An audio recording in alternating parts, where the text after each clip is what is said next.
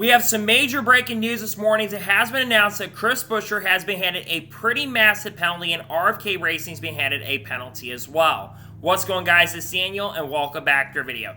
As I just said on Sunday, we got some pretty massive major breaking news this morning, as it has been announced that RFK Racing and Chris Buescher have been handed some pretty big penalties this morning following Kansas. Here's the announcement from NASCAR.com.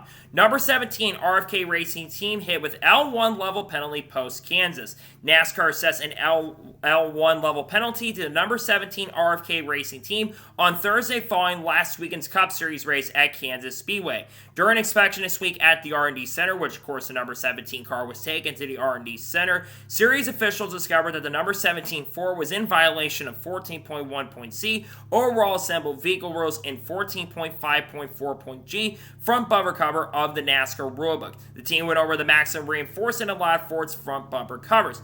As a result of this penalty, the team and driver Chris Buescher were assessed with the loss of 60 championship points and 5 playoff points, and the team was fined $75,000. Additionally, crew chief Scott Grace has been suspended for the next 2 races through Charlotte. There was no immediate word on whether the team would appeal the penalty. They have not announced if they're going to appeal it at this time, but I would have to imagine that Chris Buescher's team is going to go ahead and appeal the penalty.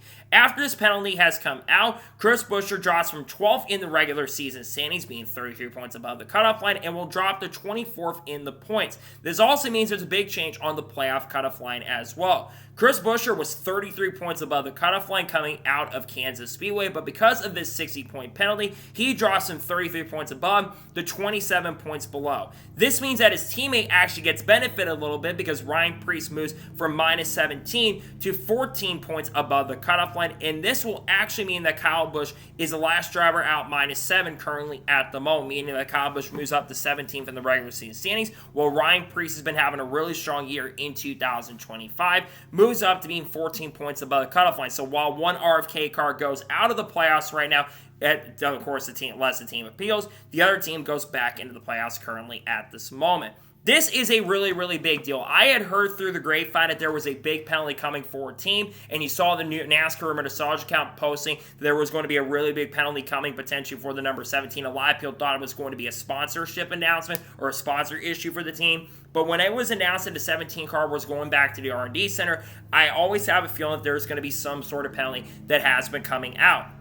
And you think about RFK Racing so far this year, this team the last 3 or 4 weeks has just had a lot of things go wrong for you. You think about the disqualification about a week or so ago for Ryan Preece after Talladega. They got handed a disqualification. Ryan Preece across the line technically in second, but they had 3 shims on the back of the rear spoiler instead of 2 shims on the back of it. He got handed the penalty for that. They, of course, did not appeal that. And you think about Brad Keselowski this year. Brad Keselowski has struggled immensely in 2025. He actually showed some really, really good speed at Kansas, but then he had the flat tire and fell out of the event. Brad Keselowski is 32nd or 33 points outside of the cutoff line currently at the moment. So this is just another example of issues for RFK Racing currently at the moment. I'm not sure if it's something in regards to quality control, or what I'm thinking of it is that these teams are trying to figure out ways to make the cars go a little bit faster. That front bumper cover being messed with, that is a really, really big deal. And NASCAR said this publicly many, many times.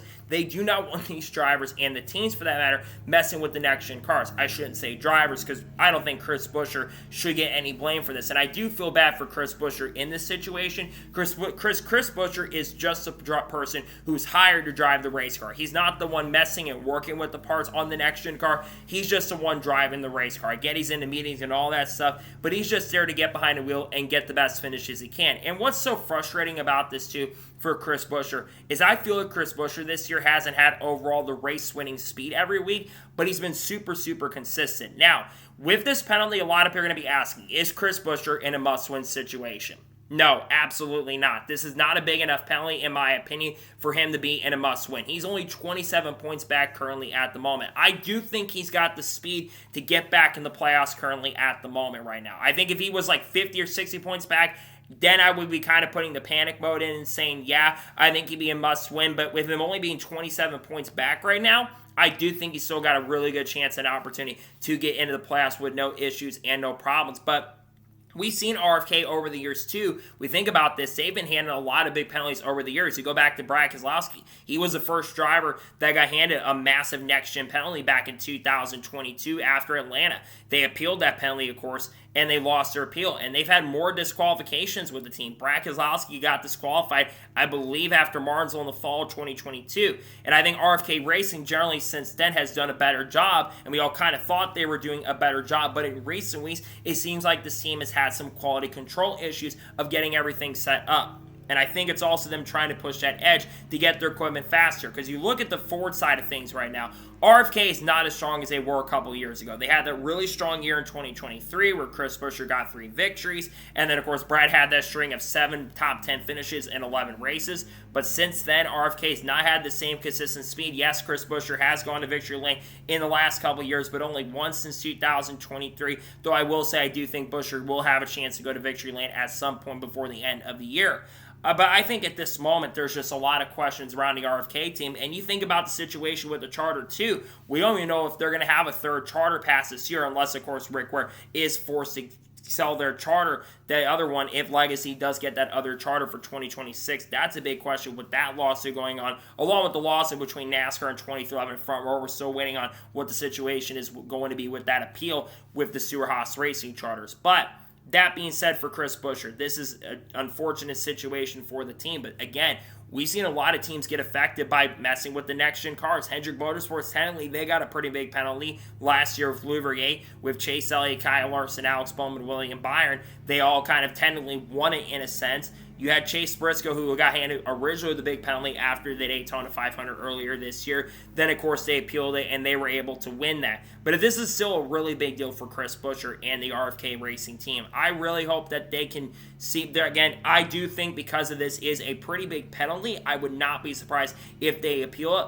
Will they have a case? I don't remember if we've ever had a penalty for a front bumper cover being messed with before. So I think that's going to be the big question. Will they get hit with will the penalty be able to be appealed? I do think I do think there's a really solid chance and a good possibility they're going to try to appeal it because it is a pretty big penalty. While it's not as big as other L1 penalties we've seen before, I do think RFK Racing will try to go ahead and appeal the L1 penalty that they have received. This is not a season-ending penalty like I thought it was going to be, but it's still a really big deal nonetheless that RFK Racing got handed this penalty because, again, I think about RFK this year, they're not the strongest Ford team out there. The Penske cars, they're the strongest, and they're trying to find any advantage possible to try to be more consistently up in the front and show that strong pace and speed. So, again, we're going to have to wait and see if they do go ahead and appeal the penalty. Again, I do think there's a very strong chance and a good possibility they're going to appeal it. We'll just have to wait and see if the RFK Racing team decides to go ahead and appeal it going forward. We'll wait to see if that does get announced later today, I should say.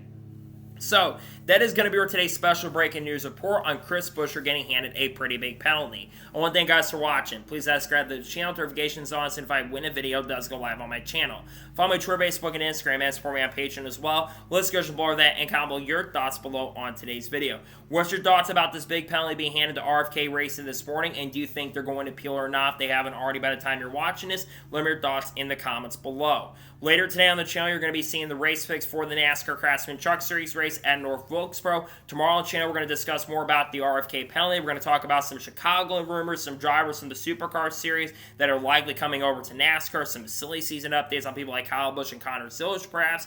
And we're also going to be talking about Junior Motorsports, some other stuff around that as well. And we're also going to have the paint scheme video dropping tomorrow as well. We got content coming out on people like Haley Deegan, Shane Van Gisbergen, Cars, Kurt Busch, Kyle Busch, Bubba Wallace, Kyle Larson, Chase Elliott, Ross Chastain, Junior Motorsports, Connor Zilisch, Red Bull, Prime, KSI, Logan Paul, Donald Trump, all the good stuff. Clayton Safar, Matt Benedetto, Frankie Muniz, all the good stuff. Same with Cars Squabble, Sam Mayer, Sheldon Creed. We'll be talking about all this stuff on the channel in the coming days and weeks. We've got a lot of great content. Next week's going to be a fun week. We're going to have a lot of stuff around the Indy 500. We're going to have Indy 500 race picks dropping next week and some other great content dropping really soon on the channel that I cannot wait for you guys to check out.